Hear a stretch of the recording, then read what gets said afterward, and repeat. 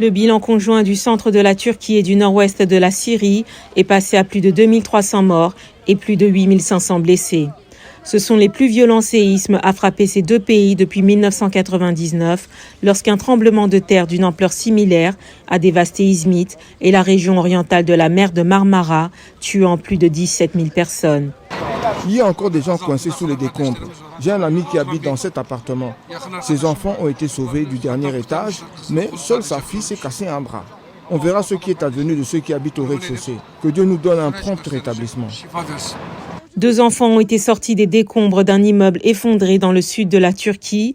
L'Agence catholique pour le développement outre-mer a déclaré qu'elle craignait que le froid dans la région ne rende les efforts de sauvetage plus difficiles et n'augmente le nombre de morts.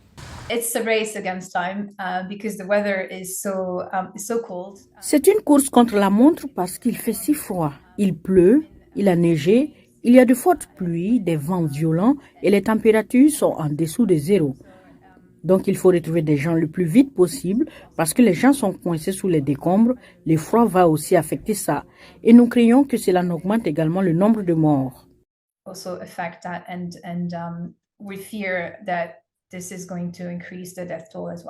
D'importantes secousses ont également été ressenties par les habitants de la capitale libanaise, Beyrouth, et de sa banlieue aux premières heures de la matinée ce lundi.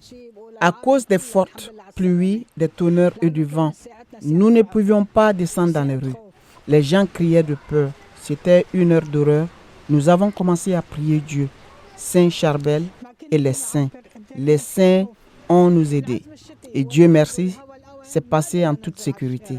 Nous étions tristes par les personnes touchées et très tristes par les victimes qui ont perdu la vue sans raison. Que Dieu nous protège, nous avons encore peur.